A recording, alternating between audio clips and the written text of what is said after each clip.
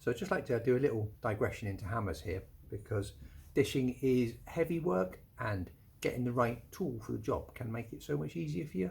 So I've got a few hammers to talk through here, and I'll just go through them one at a time. Number one, basic 2-pound ball peen hammer. This is no good for dishing. The reason for this is that curved surface there is designed for peening off rivets, and it's too steep a curve for forming dishes for any armour that I've ever made. Okay? If you want to do it, use it, then you basically have to modify the flat face, but as it is, no good, so I wouldn't bother buying it. This is a proper dishing hammer. It weighs about 1.65 kilos. See, it's got a lovely long handle on it.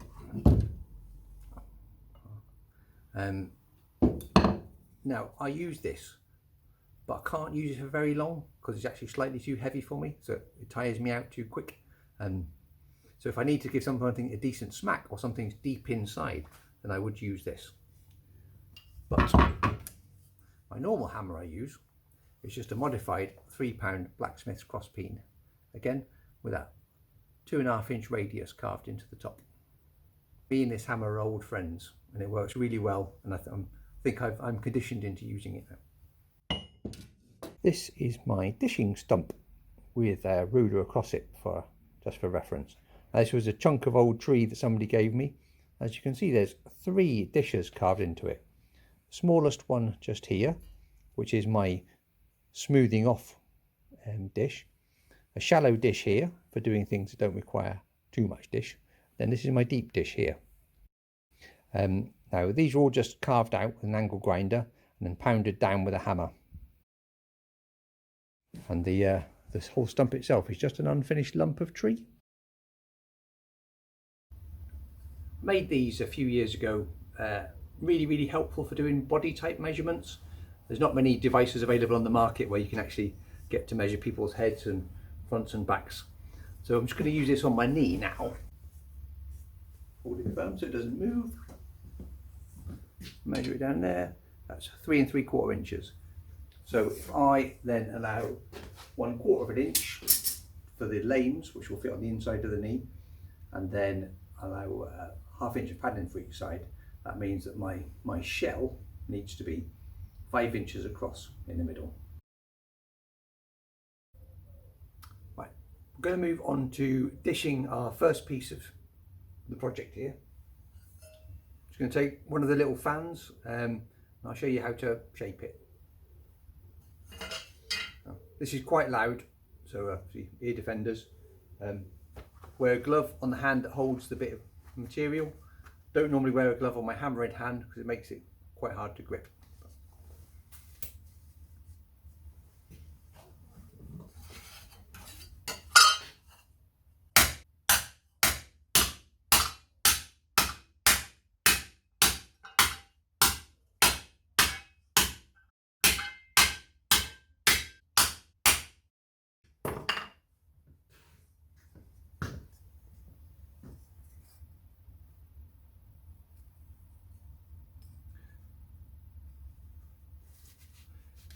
And as you can see, I'm not hitting it too hard.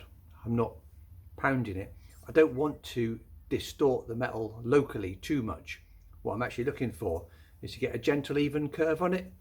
Now, you can also see I haven't touched this piece of the project at all, because that's the bit that goes around the side of the knee. And if you imagine that's my knee there, that bit actually needs to be really flat. There needs hardly any shaping at all on it with this at this stage.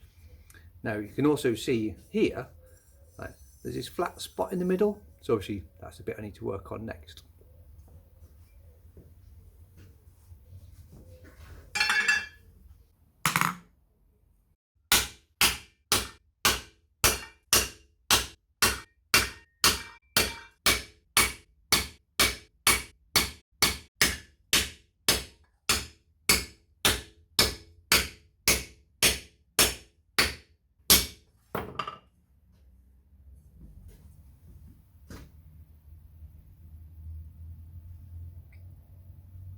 Second pass of dishing complete.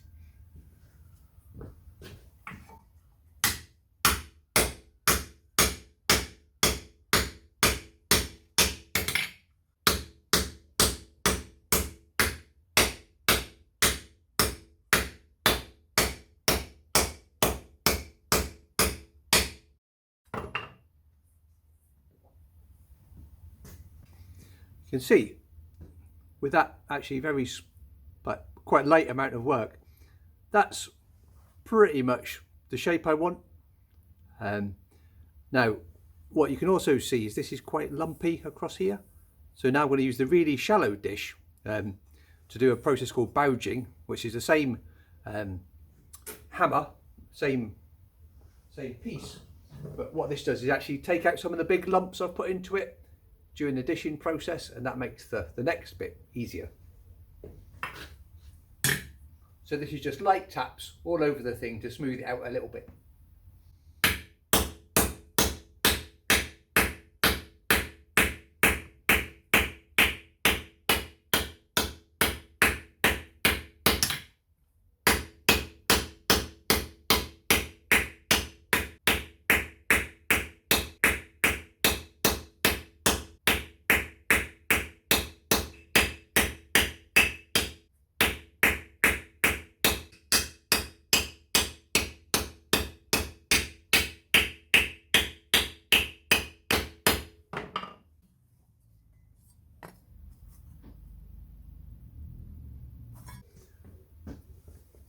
Now, I don't know how well this will actually come across on video, but here, and I can definitely feel it, that is quite smooth finish now.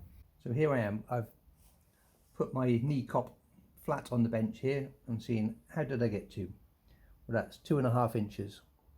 So that's almost perfect, and that's just with the dishing and bouging process. I haven't done anything else to it yet. So that's pretty cool, and I'll be able to move on to planishing with that straight away.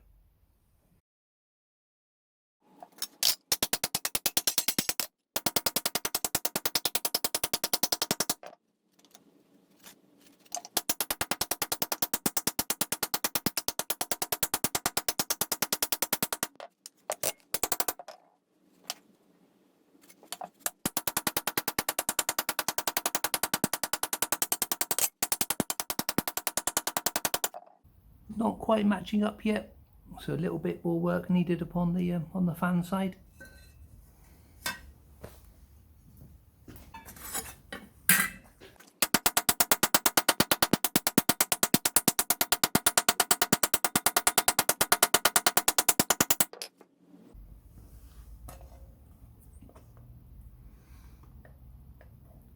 Now that is not a bad match up for this stage in the project.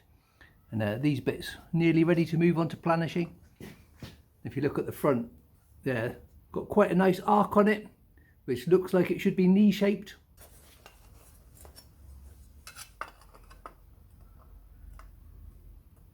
See, actually that's looking not too bad.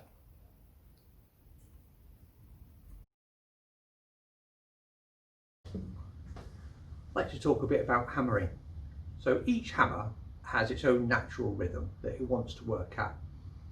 Once you find that rhythm, what you'll find is you can work extremely efficiently, work longer, and do less damage to yourself. Now, the way you'll find the rhythm is if the hammer feels like it's bouncing back, and you can just bounce, catch, bounce, catch, bounce, catch, and you don't have to grip it hard or force it into it, then you're doing it right. Now, what that often means is you have to hammer slower than you think you might, but I can't stress enough how important this is if you want to have any sort of longevity of your work time or your life as an armourer.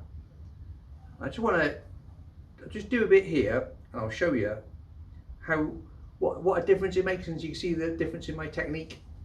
So it could be hammering at a good speed.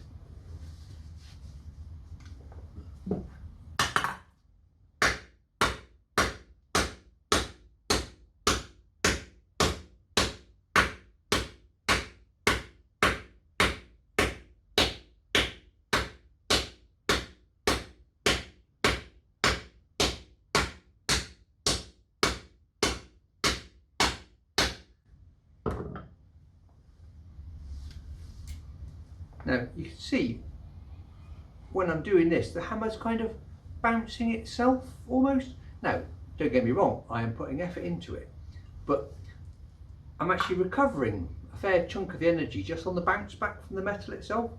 And I've actually stolen a piece from a different project I'm working on here, which requires quite a deeper dish. So it's I'm having to actually work a bit harder with this one than I would with the knee cops we're working on. Now, I just demonstrate doing it too fast, and you'll see.